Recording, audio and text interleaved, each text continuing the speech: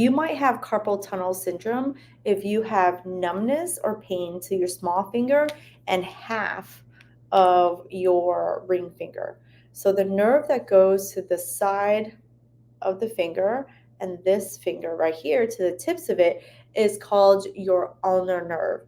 And that nerve is actually right here in your elbow. So if you go and you find between the knob of your elbow to the side bone right here, this is your is another nub of your elbow bone. Right in between this here is your ulnar nerve. And your ulnar nerve is actually your funny bone. It's not a bone, it's a nerve. But when you hit it really hard and you feel that intense pain shoot down into your fingers, you have just found that ulnar nerve. Now, what happens is not because you hit your funny bone, and it's not because you hit your funny bone time and time again. It's just something that happens that then stops that nerve from being able to move the way it wants to. So here's the thing when it comes to nerves that I want to share with you. But before I share that, I always forget to introduce myself, which is very rude. My name is Huang Tran. I'm an occupational therapist and certified hand therapist, and I work with people with nerve types of injuries all the time. Here at Hands On Therapy Services, we help people to avoid having surgery, but we also work with a lot of people who cut their nerves or have injured their nerves in some form or fashion. But I'm going to share with you today how if you have cubital tunnel, that's called cubital tunnel, when you have a compression, if you have a compression of that ulnar nerve right at the elbow, it's called cubital tunnel. And I'm here to share with you how you can actually avoid that surgery if you're having symptoms and coming down here to your fingers. I actually experienced cubital tunnel quite a bit when I was pregnant.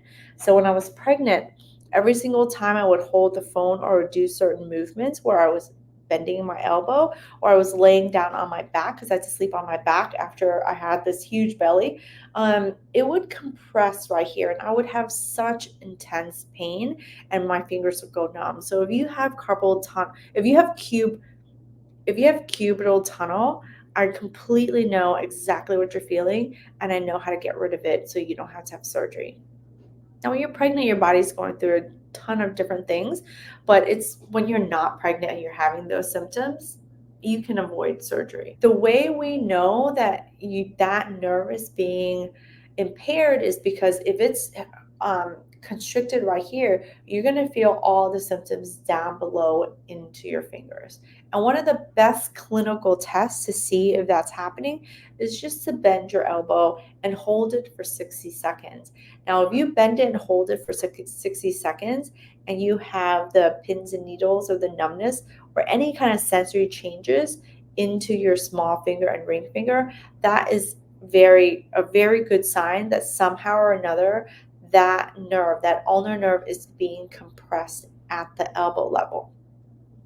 Now, the funny thing about nerves is they all start in the nerves that go to your hand here. There's three major nerves, and one of them is your ulnar nerve. It starts out of your neck, passes down your shoulder, and passes down your elbow on the side. And it's very superficial, meaning it's very on the outside, so it's so easy to hit.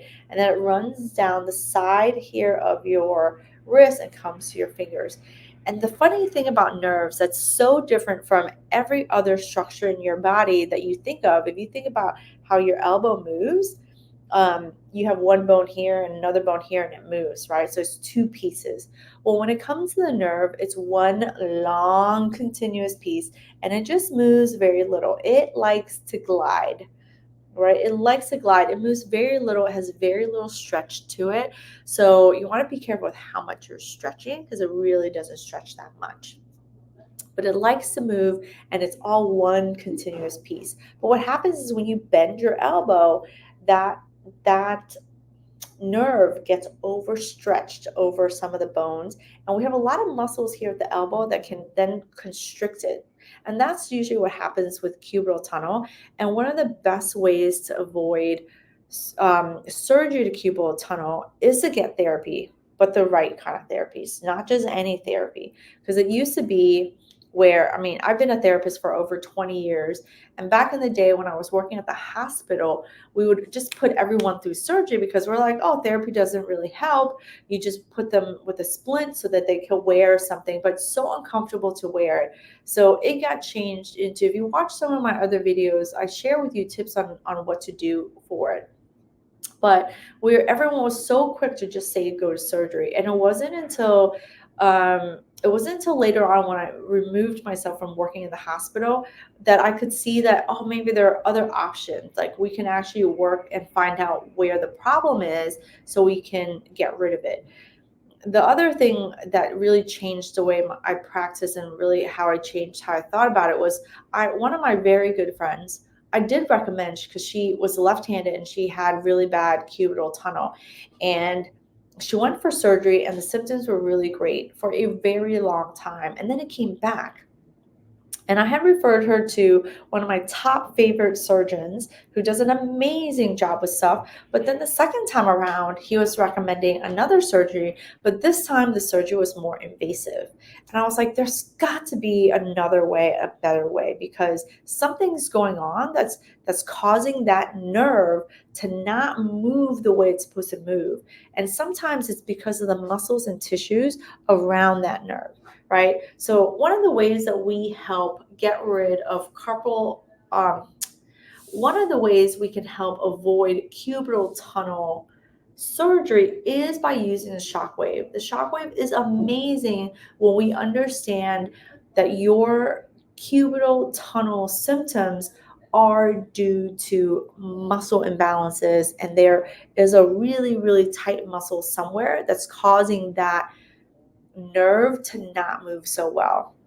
So when it comes to radial shockwave has no downtime, has no side effects, and it's really great at targeting the muscles and the tendons that are irritated, that have some amount of scarring, adhesions, and it's not moving that well, and it's causing compression right here at that cubital tunnel area.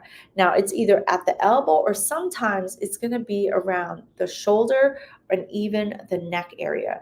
So where we would use radial shockwave is to target the muscles and the tendons that are constricting that nerve somehow.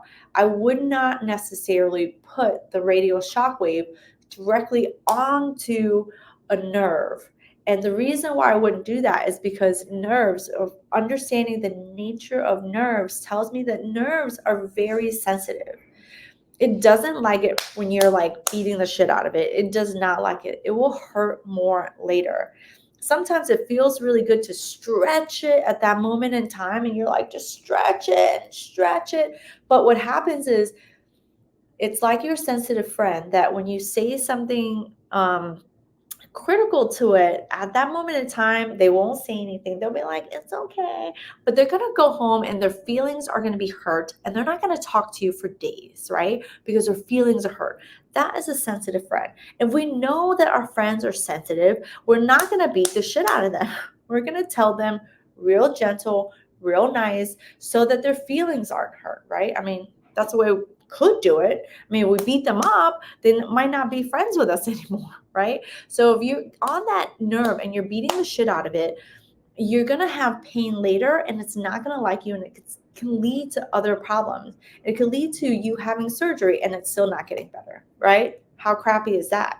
So keep in mind, if you're someone who has cubital tunnel and you're trying to avoid surgery, consider coming here at Hands-On Therapy Services and really finding out where is it compressed. Might not be at the elbow. It might not be at the elbow, right? It might be at the elbow, but it might not be at the elbow.